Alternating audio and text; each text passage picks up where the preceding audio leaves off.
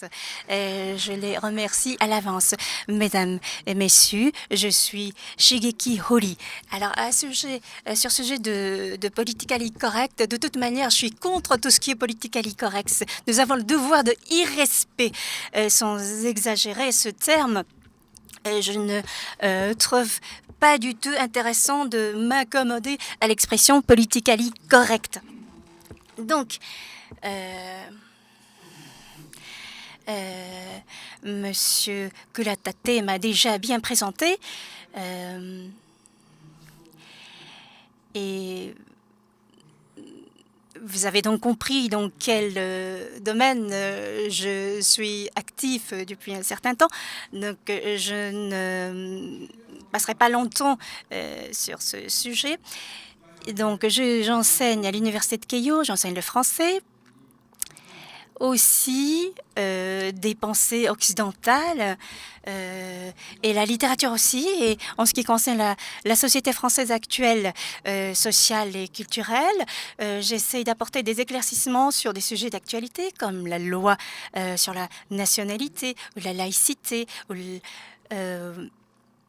encore la famille recomposée, donc des phénomènes sociétaux qui ne peuvent pas nous laisser étrangers.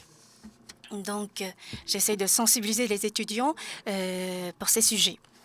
D'autre part, je suis traducteur.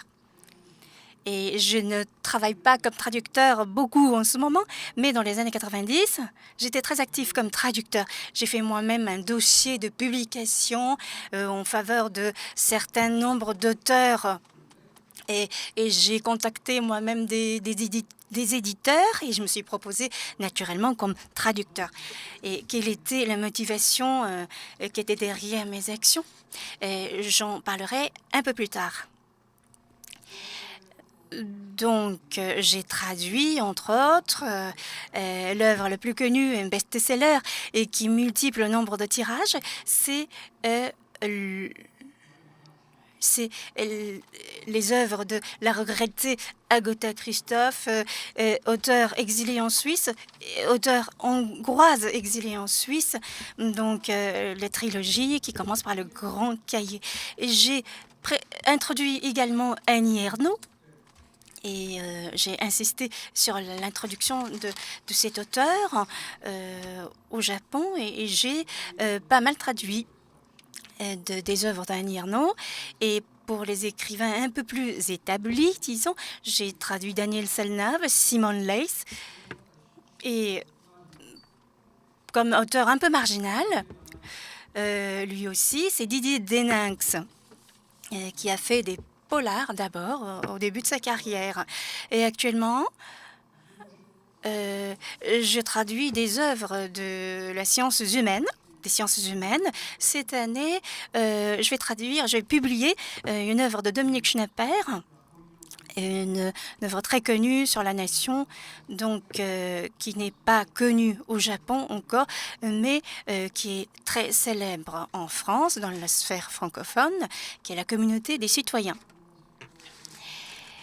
Et d'autre part, j'enseigne aussi à l'Institut français de Tokyo, donc j'anime l'atelier d'écriture de traduction littéraire au rythme de une fois par semaine.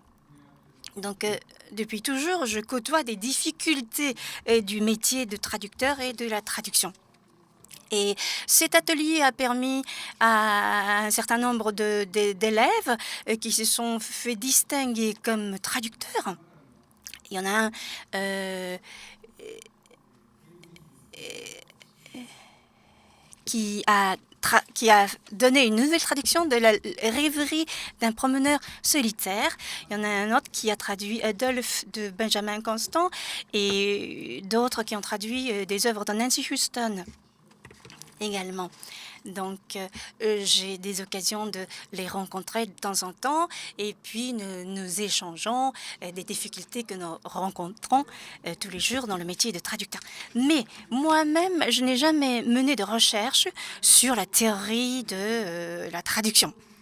Donc, je me suis jamais mis dans des perspectives méthodologiques, scientifiques pour réfléchir sur la traduction. Je suis plutôt un praticien de traducteur. Donc là, je vais vous présenter certains nombres de réflexions, mais elles sont menées pas par un théoricien, mais par un praticien de la traduction.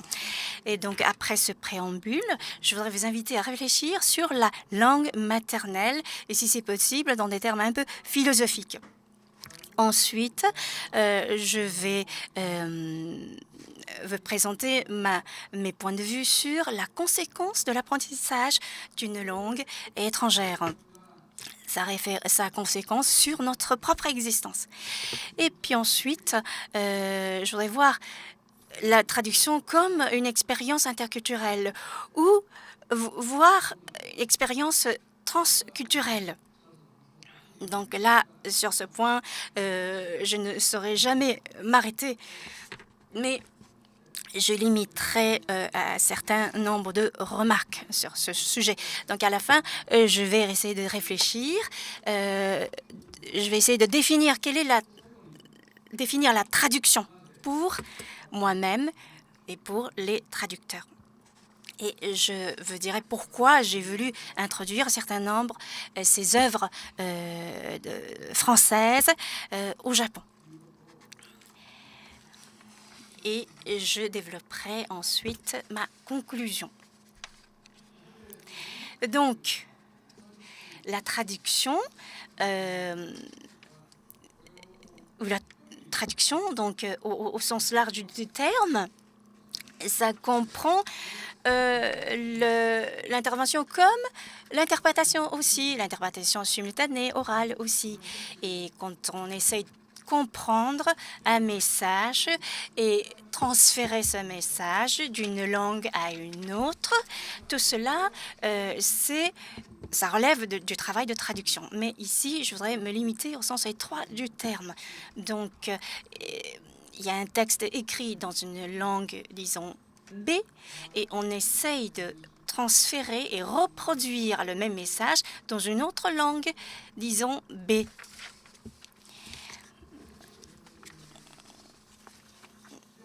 Donc, dans la plupart des cas, quand on a deux langues devant soi, pour beaucoup de gens, la deuxième langue, c'est une langue apprise et la langue A, donc, est très souvent la langue maternelle. Et comme il n'y a pas beaucoup de bilingues au Japon, il n'y en a pas beaucoup qui sont spontanément bilingues au Japon, donc, moi-même, pour moi, le français, j'ai commencé à apprendre le français quand j'étais en 12e année de l'université. Donc, je ne suis pas du tout natif de cette langue. Et je suis natif, évidemment, du japonais. Donc, pour chacun, il y a une langue ou deux langues maternelles. Alors, qu'est-ce que c'est que la langue maternelle? Quand on essaye de la saisir en termes philosophiques, je pense que rien n'est plus amusant, plus intéressant que la langue maternelle. Parce que la langue maternelle nous aide à identifier l'existence de chacun dans sa structure et dans son contexte. Je ne vais pas vous assommer avec des affirmations philosophiques, mais nous vivons entre les innés et des acquis. D'un côté, il y a des qualités que nous avons, avec lesquelles nous sommes nés. Regardez-moi, je pèse 1,68 m normalement, je suis peut-être plus petit maintenant, mais j'ai une consistance plutôt petite. Et je n'ai pas de bons réflexes sportifs, mais je n'y peux rien. Je suis née comme ça. Mais ce n'est pas fatal pour moi. Même ces innés négatifs ne me sont pas fatals parce que ça ne représente qu'une situation pour moi. Je suis un homme, je ne suis pas une femme. Évidemment, donc ça fait partie des traits qui concrétisent mon existence. Donc, dans la situation qui m'a été donnée, je mène ma vie et je peux modifier avec ma volonté.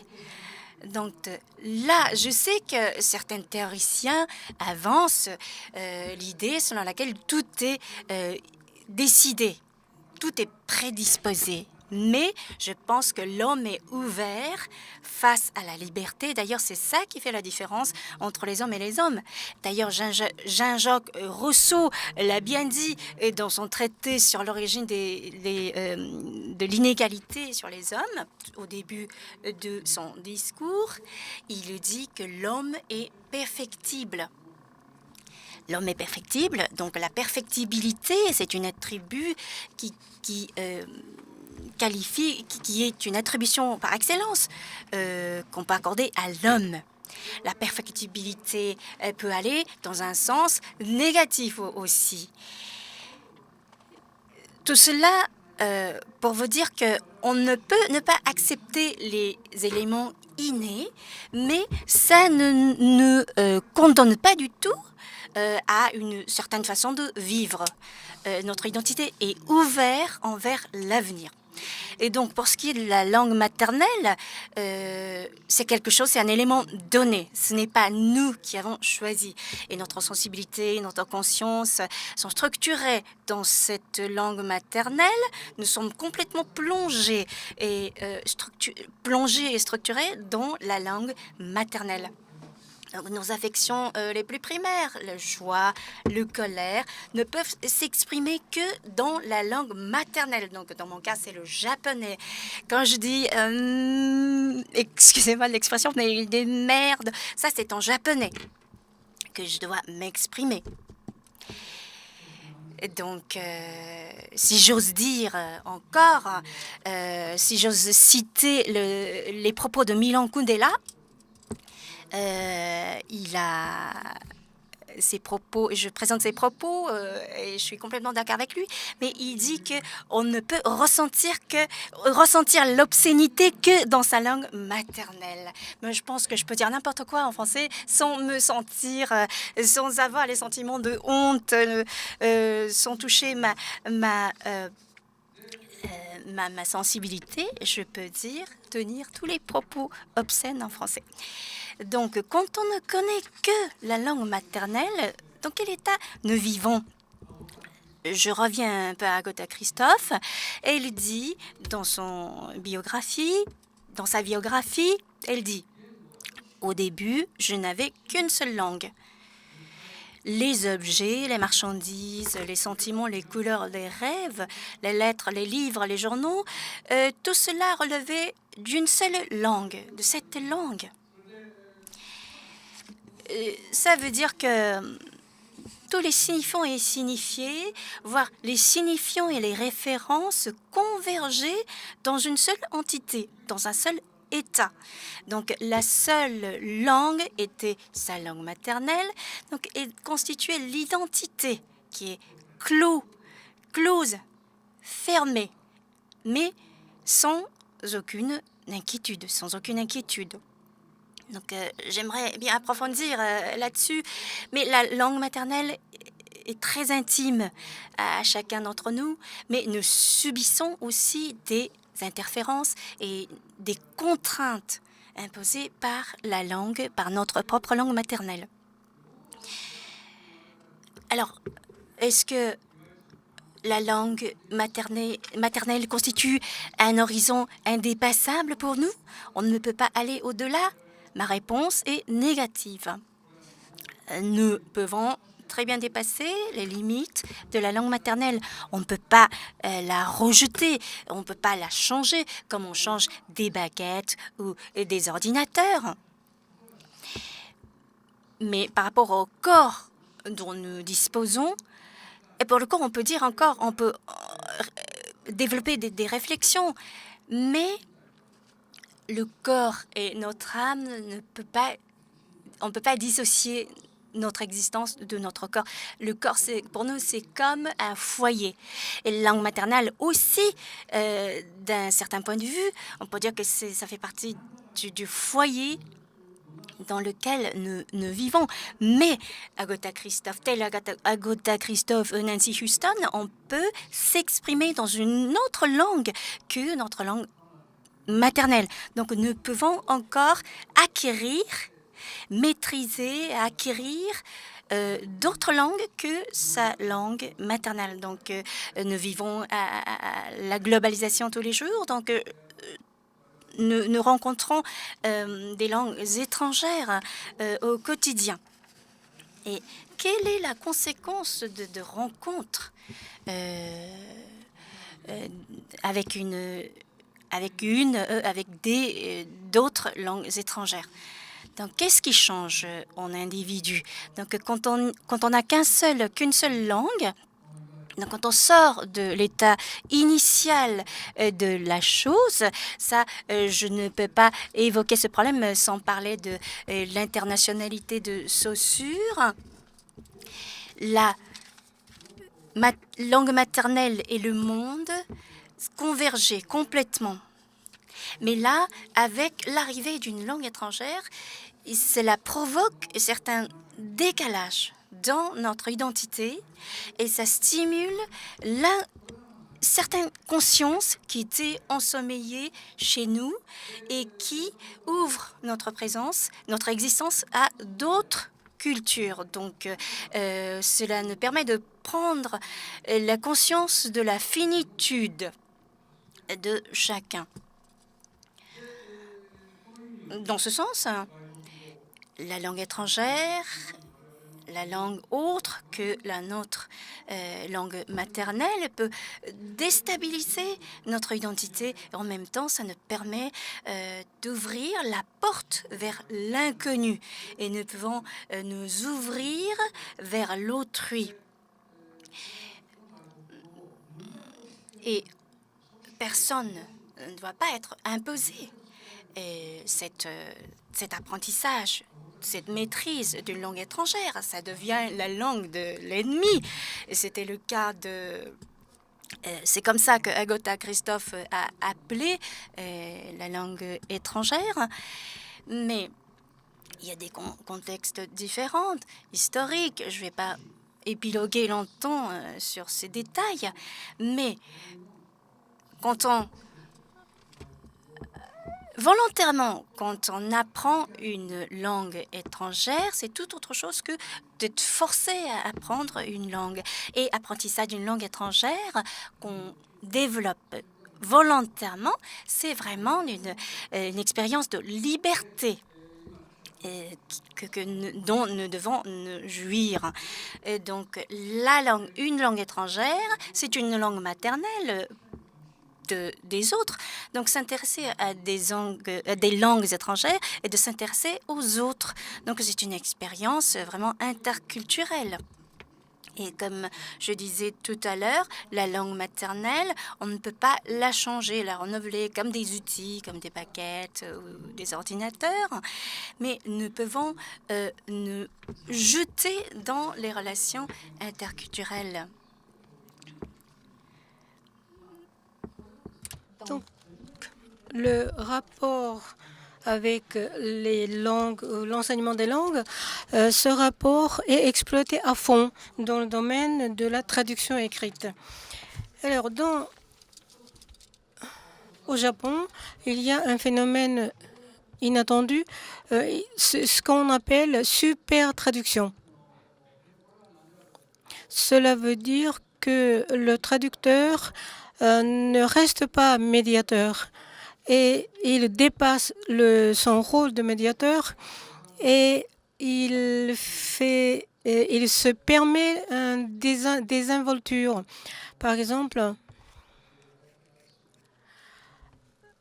il modifie les œuvres pour qu'elles plaisent mieux au public japonais et il se permet des choses que tous les traducteurs ne se permettent pas. Et de l'autre côté, surtout à l'université, on enseigne plutôt la philosophie ou dans les départements où on enseigne la philosophie ou les sciences humaines, on fait la traduction littéraire. parce qu'il y a une idée qui dit que la traduction littérale est fidèle à l'œuvre originale. Mais la traduction directe ou littérale consiste à traduire mot par mot. Et il ne s'agit pas de la lecture de l'œuvre. Donc on traduit en japonais sans lire. Et c'est ce qui est impossible. Et on met un mot par un autre mot japonais et on essaie de comprendre avec l'association des mots en japonais. Et c'est pourquoi il n'existe pas une langue étrangère en tant que menace, ni en tant que porte qui ouvre le monde extérieur. Là, il ne s'agit pas d'une traduction.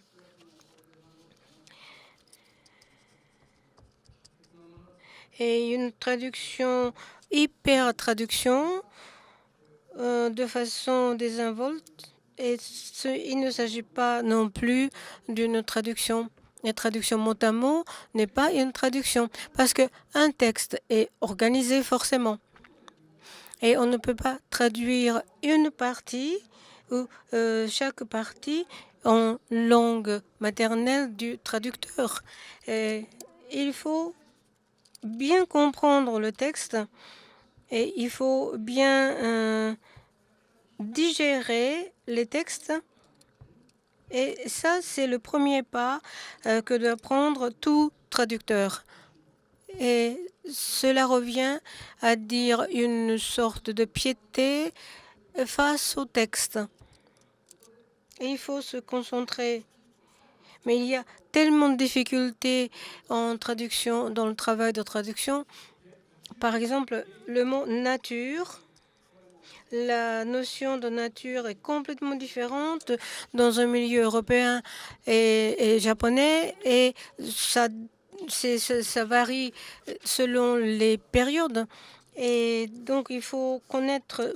Tout à l'heure, nous venons de parler du mot citoyen qui est traduit par simin en japonais, mais la notion de citoyenneté n'est pas comprise par le mot simin. Tout simplement, les Japonais pensent qu'il s'agit des habitants d'une ville. Et vouloir, le verbe vouloir et désirer. Il y a deux verbes. Par exemple, quand on entre dans une boutique, on nous demande qu'est-ce que vous désirez. Et le mot désir est traduit en japonais yokubo. Yokubo est une envie très importante. Et il y a une expression qui dit une femme désirable, Madame Zarat comprise. Et chaque femme souhaite rester une femme désirable.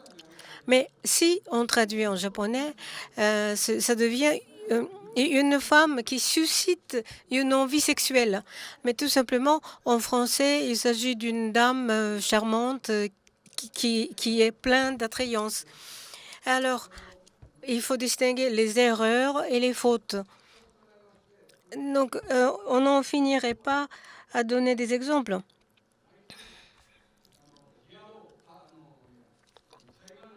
Et dans chaque travail de traduction, c'est un travail dialogue et une tentation de synthèse. Et il n'y a pas de règles qu'on puisse suivre pour traduire quelque chose, mais il faut entrer dans le texte et il faut comprendre dans l'ordre que suivrait un natif. Et en plus, il faut changer de contexte parce que le contexte est référent. Son syntaxe, la grammaire et tout est différent en japonais, y compris la tradition japonaise. Voilà, c'est la traduction et c'est une expérience proprement dite interculturelle. Et c'est une expression transversale des cultures différentes. Et chaque fois, le traducteur doit se donner et s'engager dans l'aventure et on n'est pas du tout dans une situation d'aisance et il n'y a que des difficultés. Alors, dans ce sens-là, c'est un engagement. Et au risque, malgré tous les risques, et en ayant une responsabilité face au lecteur, et c'est un défi qu'on se donne en faisant la traduction. Et voilà une question très importante, c'est l'altérité. Comment assumer l'altérité et comment saisir cette question d'altérité. Et je pense à Agatha Christophe, Friedrich Nanks, Alain Sokal. Et j'ai choisi de les traduire parce que j'adore Proust. Sagan, François Sagan aussi. Mais ce sont des auteurs très français pour le public japonais. Et j'avais envie de présenter des écrivains complètement différents, le plus loin possible de l'idée de parisianisme. Et je voulais présenter au public japonais des œuvres excellentes, mais qui se situent à une position très loin de ce qu'on imagine de la littérature française. Alors, ce qui plaît au public japonais, ce n'est pas la peine de choisir, mais il faut que les œuvres présentées doivent donner un choc, mais y compris les réactions négatives.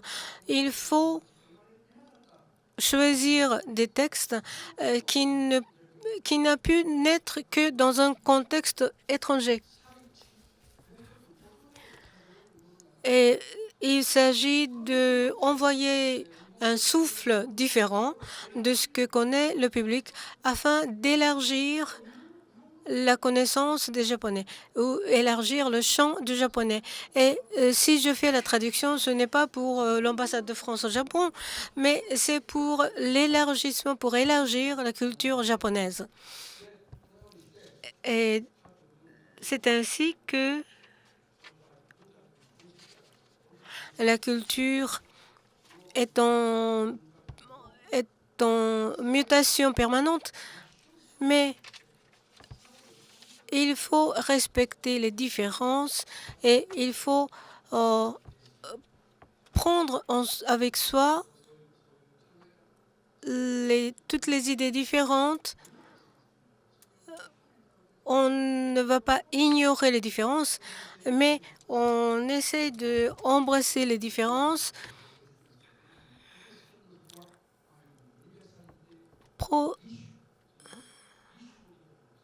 On devient riche de différences. Les différences nous enrichissent. Et c'est une université. Et sur cette université qu'on lance le pari. À l'université,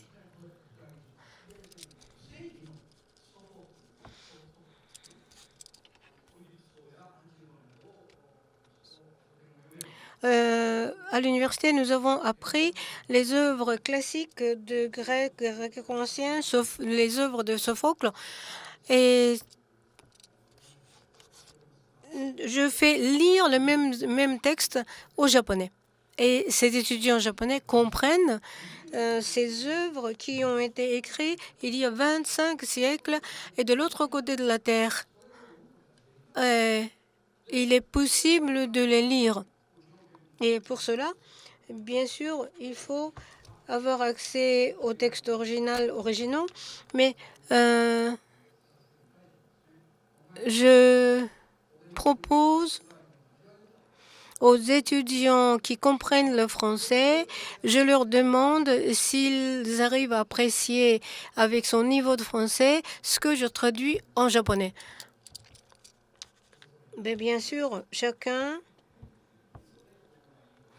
doit l'idéal, c'est que chacun puisse lire en langue originale. Merci de votre attention. Première question, vous avez parlé d'une femme désirable. Y a-t-il des hommes désirables? Bien, Ok. Alors, je dois dire que effectivement, je découvre que nous avons la même bibliothèque mentale qui va de Proust à Annie Ernaux par Dominique Schnapper. Donc, je dirais ma réaction se fera en sympathie avec votre horizon intellectuel. J'ai tout à fait apprécié le débat que vous posez entre langue maternelle, langue étrangère, de les voir en quelque sorte dans leur relation, puisque, et vous l'avez même, je dirais, posé sur un plan social, c'est vrai que j'ai apprécié l'idée de prédisposition sociale et de montrer que souvent l'apprentissage d'une langue étrangère, le contact avec une autre culture, permet justement de dépasser ces prédispositions sociales. Le détour par une autre société est parfois nécessaire pour vous apporter la reconnaissance de votre propre société. Alors, je voudrais donc peut-être interroger je dirais, un usage de la notion de langue maternelle que vous faites, c'est-à-dire le singulier.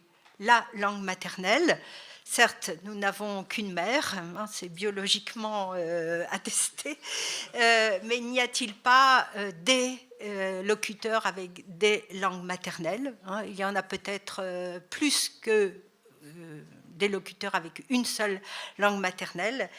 C'est vrai que dans nos pays très monolingues, comme le Japon et la France, nous avons toujours tendance à raisonner sur l'idée d'une langue maternelle, mais n'oublions pas que peut-être la majorité de l'humanité a des langues maternelles.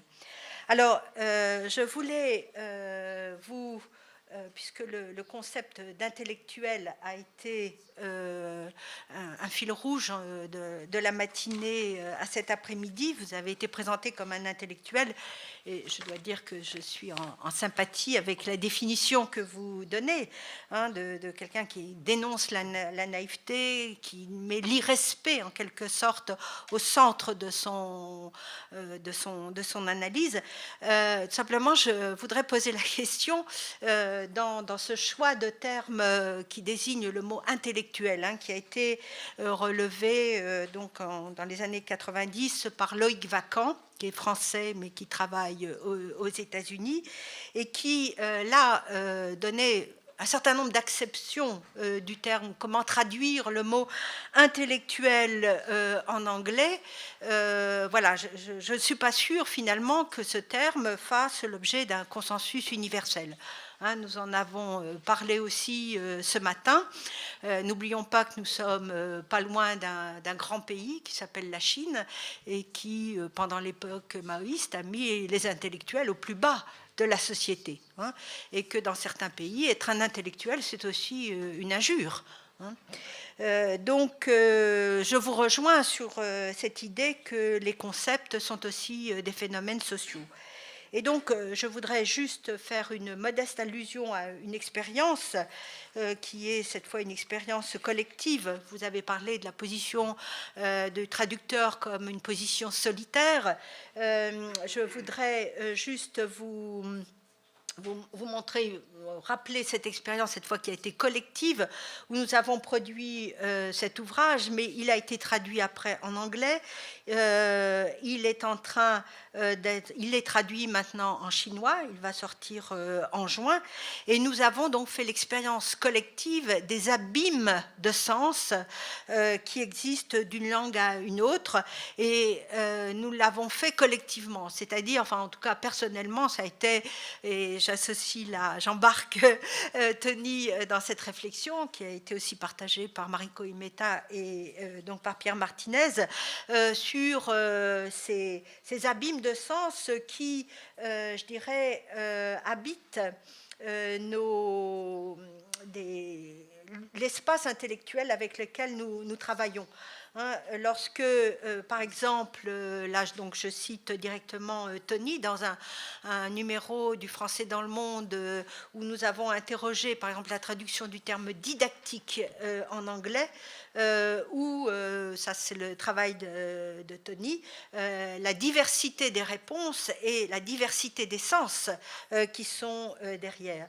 Si on prend un autre exemple, outre celui d'intellectuel, le terme de race, hein, qui ne fonctionne pas du tout de la même façon, je dirais, en anglais, parce qu'il ne repose pas sur la même histoire sociale, hein, où le racisme, je dirais, était encore là et est encore emprunt la société américaine de par son histoire, où la ségrégation était donc un fait établi, mais où en Europe, le terme racisme est totalement coloré par la Seconde Guerre mondiale, hein, et par l'épisode du nazisme, et qui fait d'ailleurs que le mot race est maintenant, je dirais, un interdit scientifique.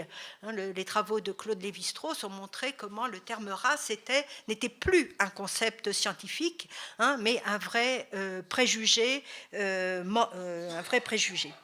Donc, nous fonctionnons, j'ai envie de dire, sur des abîmes de sens. Hein, et lorsqu'on utilise le terme plurilinguisme, multilingualisme en anglais, lorsque nous sommes dans l'espace, je dirais, américain, australien, canadien ou anglais, on est dans une vision de la société où le multilinguisme est et le multiculturalisme, je dirais, un élément identifié. Je dirais que, par exemple, en France, c'est donc un terme tout à fait explosif, et que le choix du Conseil de l'Europe a été de distinguer les deux entre une approche sociétale et une approche individuelle. Donc je dirais que notre métier, c'est de traverser en quelque sorte ces espaces semés de bombes là encore sémantiques, et je vous rejoindrai donc tout à fait sur l'idée que les concepts sont des phénomènes sociaux et que nous avons à les interpréter à travers l'histoire, une histoire sociale. Et je pense que c'est le défi auquel nous sommes confrontés comme traducteurs, mais je dirais plus généralement aussi dans le champ de la didactique des langues, parce que on voit que ces exemples-là que j'essaye d'apporter meublent notre espace conceptuel et en fait se réfèrent à des histoires sociales totalement dissemblables. Voilà, donc je voulais aussi vous remercier pour votre intervention. Donc j'ai 3-5 minutes pour répondre aux commentaires de Madame Zarat. Je veux remercier Madame Zarat d'abord pour son commentaire. Donc, autour de la langue maternelle, je crois que en japonais, on n'a pas besoin de préciser s'il s'agit d'une langue maternelle ou des langues maternelles. Et ce matin, il y a eu des échanges d'idées sur le concept des intellectuels. Et le problème d'intellectuel est vraiment sans fin. J'ai étudié Julien Banda, Jean-Paul Sartre également, donc des philosophes français qui ont essayé de définir ce qu'est l'intellectuel. Dans le terme russe, l'intelligentsia diffère du concept de l'intellectuel à la française. L'intellectuel, je pense que existe dans notre pensée depuis l'affaire Dreyfus, donc c'est très récent comme concept. Donc, je ne peux pas traiter ce problème. Le problème est si énorme en l'espace de temps dont je dispose. Et je crois que l'intellectuel au sujet des pensées de Julien Banda, je crois qu'il est mal compris à travers le monde. Et je suis proche de ses pensées. D'un autre côté, il y a le platonisme, disons, ou le rationalisme. Contrairement à ces idées, l'intellectuel doit être perçu dans notre société. Il faut traiter le problème de la différence, de l'identité dans le contexte social. Telle est ma conviction. D'autre part, c'est vrai que le traducteur vit dans une solitude relative. Moi, je parle beaucoup pour un traducteur. Un bon traducteur ne doit pas être bavard. Il ne faut pas imposer aux autres le moi trop fort. Il faut être transparent. Il faut rendre sa propre existence transparente. Voilà. Donc, je ne suis pas bien fait. Je ne suis pas un traducteur bien fait, disons. Il faut rester vraiment dans l'ombre si on veut être vraiment un bon traducteur. Donc, au sujet de l'abîme de sens, Madame Zarat nous a développé avec les idées concrètes des mots comme race, etc. En anglais, on dit méritocratie. Méritocratie. En anglais, voilà, c'est un terme, méritocratie, qui veut dire ce que ça veut dire, mais on mérite à acquérir le retour pour lequel on s'est investi. Je crois que c'est le sens qu'il y a dans le terme anglais. Donc on peut toujours dépasser toujours sa limite. Si on peut dépasser ne serait-ce qu'un petit peu, là, on mérite à quelque chose. Mais je crois que dans ce même mot, méritocratie, le même mot ne signifie pas la même chose, qu'il s'agisse le terme français et le terme anglais.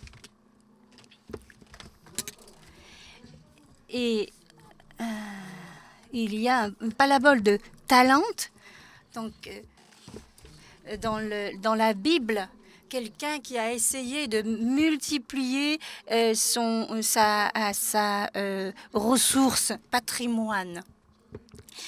Alors celui qui est déjà bien, qui est déjà très doué, est-ce qu'il ne peut pas attendre à une récompense aussi importante que celui qui n'est pas très bien fait au début, mais qui a réussi à développer une toute petite amélioration par rapport à sa propre nature.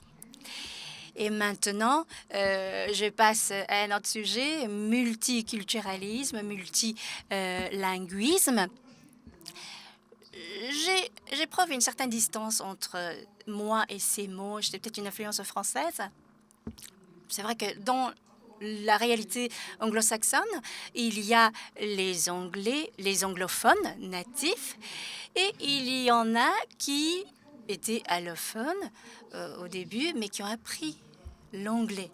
Donc, dans le multiculturalisme, il y a toujours l'idée de ceux qui sont majoritaires et d'autres qui sont minoritaires. Donc, les majorités ont plus d'influence, évidemment, dans la même société par rapport aux gens minoritaires.